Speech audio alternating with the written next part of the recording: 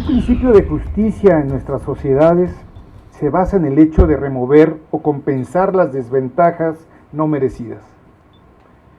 Las desventajas físicas o naturales representan en sí mismas una verdadera injusticia que solo la sociedad puede mitigar. En este caso, siendo el Estado el elemento de mayor poder en el sistema social, corresponde a éste garantizar, a través de acciones afirmativas, la remoción o compensación de las desventajas naturales de grupos minoritarios vulnerables, sin que ello represente el abandono por parte del resto de la sociedad,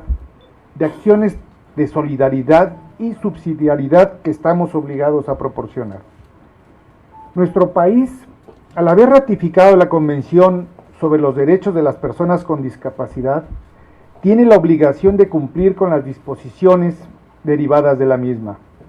En su artículo 27, la Convención incluye el derecho a tener la oportunidad de ganarse la vida mediante un trabajo libremente elegido o aceptado en un mercado y un entorno laborales que sean abiertos, inclusivos y accesibles a las personas con discapacidad. El mismo artículo 27 establece que los Estados partes deberán adoptar medidas legislativas que obliguen a emplear a personas con discapacidad en el sector público. En México, la Encuesta Nacional de Ingresos y Gastos de los Hogares 2012 reportó que el 6.6% de la población tiene una discapacidad y de este universo el 51.4% son adultos mayores. Los resultados de dicha encuesta también revelan que 8 de cada 10 personas con discapacidad son mayores de 29 años, es decir, se encuentran en su etapa productiva. Por otro lado, con respecto a la ocupación de las personas con discapacidad, el Censo 2010 señala que de cada 100 personas con discapacidad, 22 lo hace como trabajadoras en actividades elementales y de apoyo, 18 son trabajadores agrícolas, 16 laboran en tareas de comercio o ventas, 14 son artesanos, 10 profesionistas y técnicos, 8 realizan tareas de servicios personales y vigilancia, 6 trabajan como operadores de maquinaria, 3 como auxiliares administrativos y solo 2 son funcionarios, directores o jefes. Esto significa que la mayoría tiene un perfil ocupacional de baja cualificación. Si bien las políticas públicas fomentan la contratación de personas con discapacidad en el sector público, es menester que nuestra legislación veracruzana lo establezca expresamente y no se sujete a una obligación constitucional como esta. La carencia de una legislación armonizada con la Convención otorga legitimidad a la discriminación y dificulta el ingreso de las personas con discapacidad en el servicio público. La presente iniciativa propone reformar el artículo 1 de la Ley del Servicio Público de Carrera en la Administración Pública Centralizada para introducir los principios de imparcialidad, no discriminación, igualdad de oportunidades e inclusión,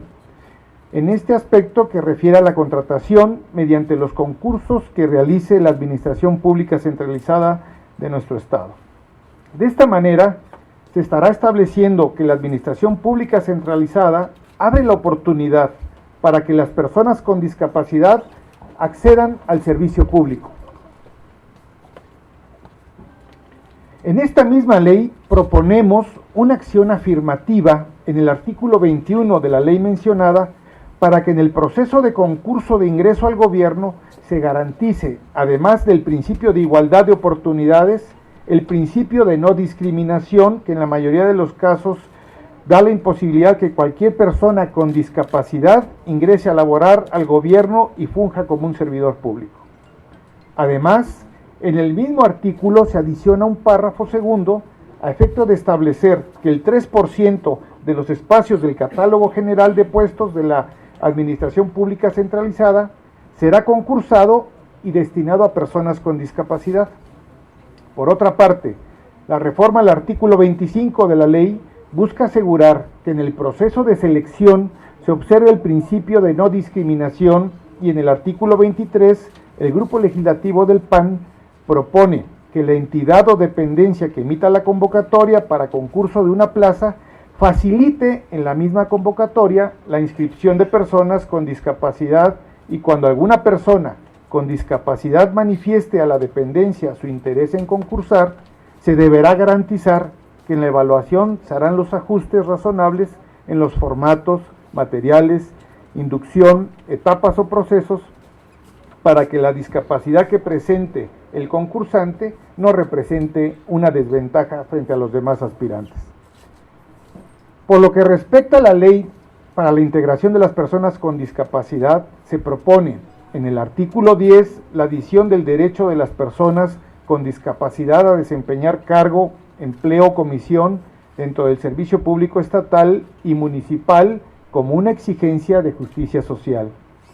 Además, en el artículo 21 de esta última ley, se consideró conveniente que se ampliara el derecho de acceso a las personas con discapacidad a ocupar un lugar en el gobierno, a todo el servicio público estatal, a todo, incluyendo el municipal y el de los organismos autónomos,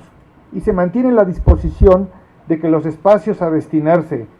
sean en una proporción de un 3% mínimo de los puestos existentes en su estructura o plantilla laboral correspondiente, y no solo circunscribirlo a las vacantes disponibles, que en las prácticas dichas vacantes nunca llegan a alcanzar el 3%. Ahora, este porcentaje se tendrá que aplicar a la totalidad de los puestos de la estructura o de la propia plantilla. Desde esta perspectiva, el Grupo Legislativo del Partido Acción Nacional propone que la ley garantice la obligación del Estado de abrir espacios en el servicio público a quienes por condición natural se encuentran en una situación de desventaja social y de injusticia. Es cuanto, diputada presidenta.